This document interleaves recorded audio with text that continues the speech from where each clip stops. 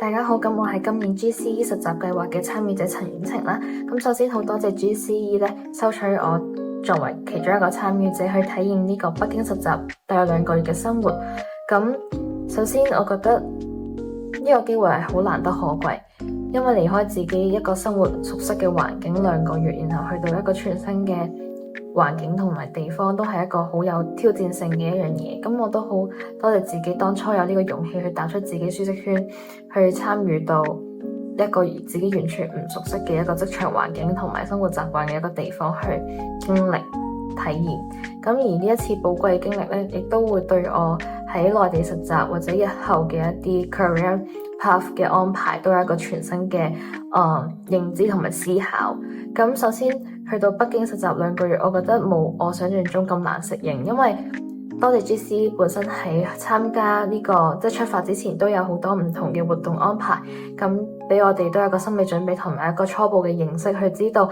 北京一個生活環境或者節奏係大約係一個點樣嘅情況，同埋去到職場都好多謝有我哋嘅上司，即係我哋自己嘅 mentor， 其實佢對我哋嘅關照都好多啦。咁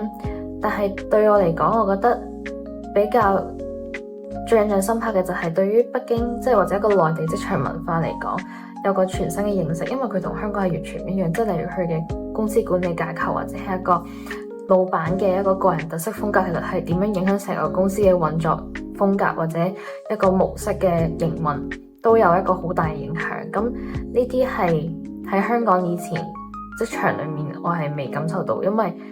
未試過喺一個咁樣嘅規模嘅公司裏面返工啦。咁然後去到適應環境方面，我會覺得北京嘅生活節奏比起香港其實係慢好多。咁作為一個香港人，平時喺香港生活節奏咁急速嚟講，去到北京係真係可以學習佢哋嘅嗰種生活態度，點樣慢落嚟，點樣去享受自己嘅生活嘅嗰種狀態。咁其實都係令我好有一個衝擊力或者影響。咁然後亦都好多謝 GCE 計劃，即係令我參加呢個 program， 識咗好多唔同嚟自各個範疇嘅人，咁同佢哋交流都有好多唔同嘅得着啦，亦都認識到我一個好好嘅朋友啦。咁呢啲其實都係好難得可貴嘅經歷啦。咁首先，所以我要多謝 GCE 收留咗我，亦都要多謝自己當初有參與到呢個 program。咁我覺得呢個 program 係一個好值得大家去參加嘅一個 program。咁如果之後有機會，我可能都會想再去參加多一次，去體驗多一次呢一種好罕有嘅機會。